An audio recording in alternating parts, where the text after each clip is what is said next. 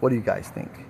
I hope you're shaking your head yes, because I think that a nice violet eyelid will look good on him. Maybe with a blue eye, maybe an orange eye, I don't know yet. But I'm going to go ahead and do that, and then we'll get back to you in a second. I've outlined the brown barnacle looking things on his arms and around his face. And then I thought this was getting lost. You can see it from the side better, but the metallic picks up light. But I thought I should add some nice orangey red around there just to make it pop a little bit more. But what I'm going to do now is give him some highlight. And what I did is put some white inside that green that we made earlier, and it gives it a nice highlight. So what we're doing right now is picking up light that's hitting his head. And you'll see him start to come to life just by adding little dots here and there, picking up the light. And I still have to put the eyelid on him. You don't want to put too much light, but where you might think the light is hitting. Maybe a little bit in the inside, maybe a little bit on his tail. I don't even know if turtles have tails, but this one does. It's time for that eyelid, and I picked this color violet for the eyelid. I think it's going to work out really well. I'm going to do a top eyelid. I don't want to come down too far. And just make him look lazy. I should do a little one on the bottom too, just a tiny bit.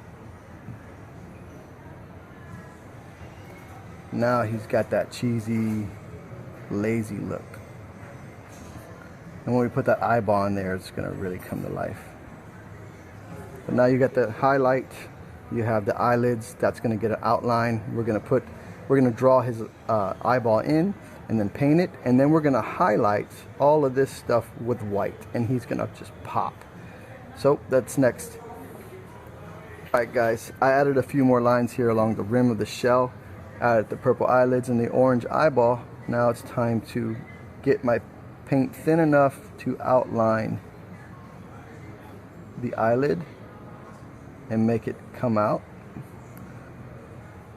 right here. You don't want that to be big, but even, and then the outline of the orange. And then the eyeball.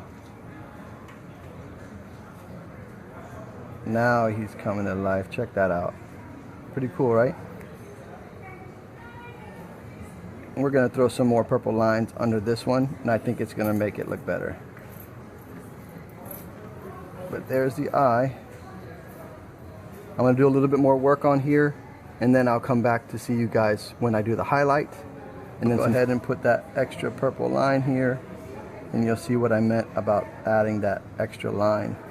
Now it looks like a ripple, or a wrinkle rather. Just leaving that little black between there.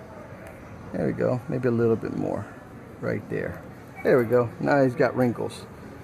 And let's go ahead and do the highlight.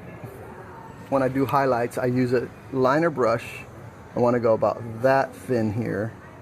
And I'm just going to add it on certain tips where the light hits. So maybe here, here, there on the tops, coming down, anywhere the light is going to hit, coming down the shell, and you'll see it start blinging. Look at that.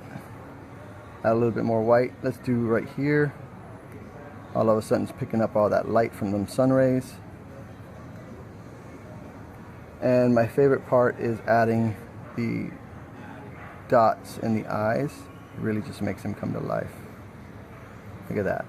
A little bit on the eyelid, a little bit right here, and just keep that flow going with the highlight.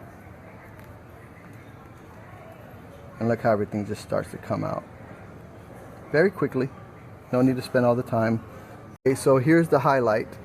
If you look closely, I did a little white line in between the tribal and the red that we put, just to make it pop a little more, because it just wasn't doing it for me. I did all the little white lines, white outline all over the top for a wash of the sunlight coming through and hitting the shell. And I did a little bit of dry brushing, if you can see here, right in like that, just taking some off the board, and you're just putting it randomly to show some color and some blurriness so that it looks far away. We may or may not throw some coral up front, but what we are going to do is a few small silhouette fishes up top. So let's go ahead and do that now. All right, time to put some silhouette fish. Now guys, I've done silhouette fish a million times. You can draw them in, but I've done them so many times that I can just do it with the brush. And I usually just start off with the basic shape of a fish, and I try to think of how he's bending and moving. So this would be the thin part of the tail, and this is the top fin, bottom fin, and just put a little mouth on him like that, and maybe his mouth is open, just a little bit. Sometimes the brush doesn't want to cooperate. And there's my fish. Bottom fin here.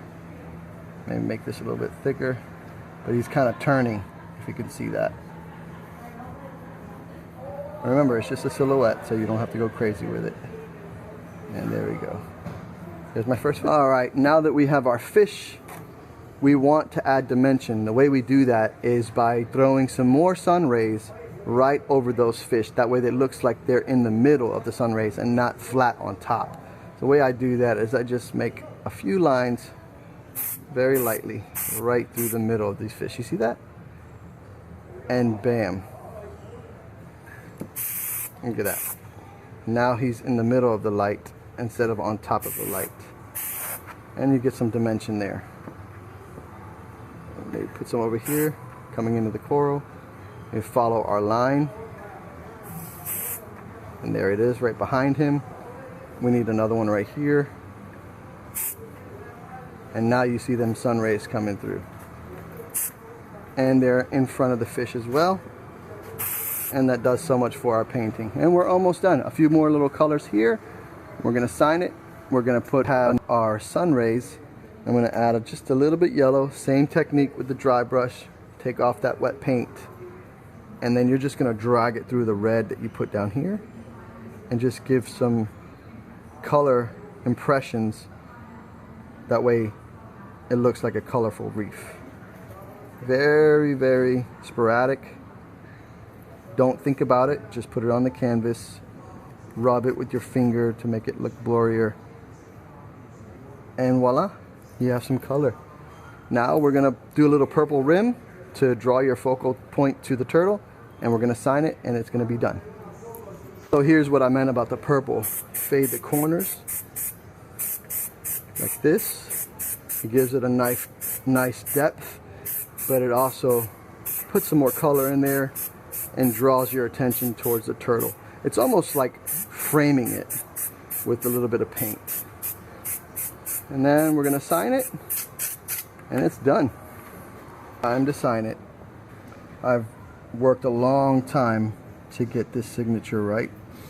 It has changed so many times over the years, but this is finally one I've stuck with, and I love the way it looks. It's pretty cool and unique. You kind of want your signature to stand out as well.